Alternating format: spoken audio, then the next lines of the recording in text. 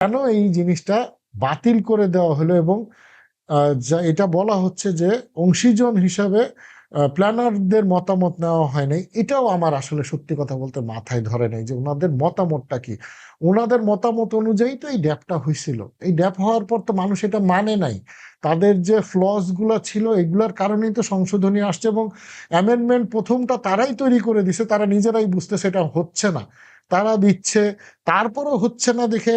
এই যে আপনার যেটা 1 সেপ্টেম্বরের মিটিং এর কথাটা আমি বললাম, ওই চিঠিটা দেখেন, এখানে কিন্তু প্ল্যানাররা ছিল ওই দিন, আমি নিজে ওই মিটিং এ সবাই ছিল এখানে, প্ল্যানার ছিল, আইএবি সদস্য ছিল, আইএবির সদস্যরা ছিল, সচিব মহোদয় ছিল, উপদেষ্টা মহোদয় ছিল, পরিবেশের থেকে বাপার লোকজন ছিল, সবাই ছিল, ইচ এন্ড এভরিওয়ান, চিঠিতে দেখেন সবার নাম আছে। সবাই মিলে এগ্রি করে একটা জিনিস নিয়ে গ্যাজেট হওয়ার পথে গিয়ে এইটা কোন কারণে থামায় দেওয়া হলো